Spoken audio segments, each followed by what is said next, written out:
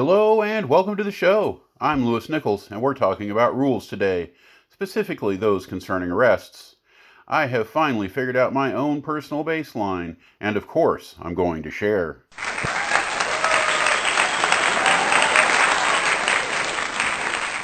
I've always believed the arresting rules were a little too forgiving in Dungeons & Dragons 5th edition, but I was never quite sure about how to handle the fix.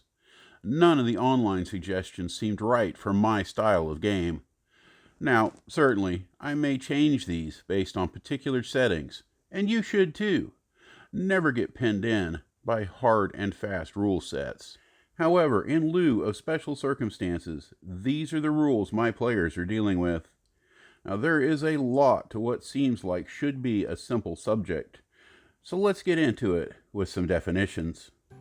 First up, the long rest. This is the king daddy of recuperation in the game. You get a level of exhaustion removed, and if that takes you to no exhaustion, you arise with full health, full spells, full abilities, and without most of the adverse conditions that you might have picked up before sleepy time.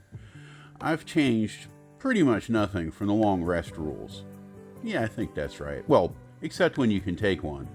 Well, okay, I might have changed one thing. If you wake up with any remaining levels of exhaustion, and let's face it, how often does that happen? Well, you don't heal. However, you do get your hit dice back, and you can burn those for healing if you want. More on that when you can take one of these long rest thing in a moment. Let's talk about short rest first. Oh, guys. Oh, that was a heck of a fight. Oh, hold on just a minute. I need to rest. A short rest lets you spend hit dice to heal. In addition, different classes get back different resources. Some get a lot back, some get very little. This is a huge part of game balance, and I would definitely use these rules. Don't mess with them too much, or you'll off-kilter your whole game. In Raw, you get one short rest per long rest. Now, I have a feeling that this is a point of flexibility from table to table, with some DMs giving 2 or more. For me, I'm sticking with 1. Sort of. That's just gonna leave the extended rest. Yeah, that one's completely new. I made it up. An extended rest can be taken in a makeshift camp. It's executed as a long rest would be, so species, features, and conditions might come into play. Yeah, I'm looking at you, meditators. This is harsh conditions, but safe from immediate threats. The main thing an extended rest does is stave off additional exhaustion.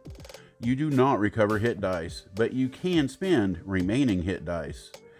An extended rest counts as a short rest for those getting back class resources, but it also lets you take an additional short rest later in that day. So just to be clear, you can short rest, extended rest, short rest, extended rest, short rest, forever. Some classes can go on for some time with no long rests under this arrangement. Some are. The biggest problem is going to be healing, unless you have somebody getting back the right kind of spells on a short rest. Why does this need to exist at all? Well, it's because I'm making it harder to get a full rest. Characters may only do so in comfortable locations, and even then, only if they feel secure. That means at home, in a hotel, an inn, or a similar setting. Even these might be suspect, depending upon circumstances. There's a lot of leeway for DMs, especially when it comes to that secure part. Okay, camps. What are we talking about? For our purposes, a camp is a spot where the party has stopped and they're building themselves a little resting place. This can be a secure location, but only after some work. In an area with minimal threats, 3 days of camp development can qualify it as a comfortable, secure location. In average adventuring territory, that would be more like 5 days, and the DM can make any adjustments they like, and weather does matter. Hot meals are required for these consecutive days. I'm also assuming somebody in the group has proficiency in survival. If not, add some time. Prepared camps are likely to be found along well-traveled roads, and even in commonly adventured areas. These might shave days off of preparation.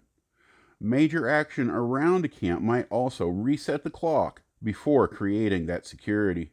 There are a million other factors that could matter, and that's why we play the best game ever. We have a DM to help us figure everything out. I'm probably going to add a chart to these rules someday.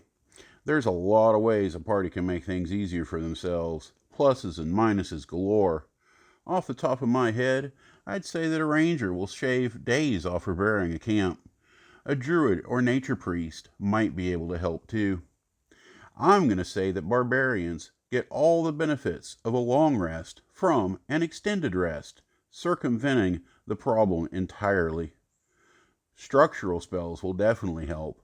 Lehman's tiny hut was built for this. It's going to solve the problem 90% of the time. But you're going to have to make sacrifices and have these spells prepared.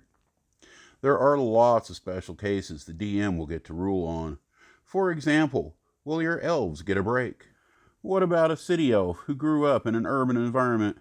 And what happens when the group is completely removed from their native surroundings?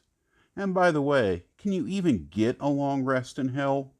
Things like bedrolls, large tents, and other camping gear can also help. Well, maybe not in hell. But don't let the party abuse the amount of stuff that they can carry. I want to say, if you're happy with rules as written, don't change anything. This is just one idea to make your world a little grittier, if that's what you want. It's more challenging for your players, if that's what they want. My goal has only been to give you something to think about, or at least provide a little entertainment. You are all important to this world, and I hope that you all have a wonderful rest of the day. Cheers.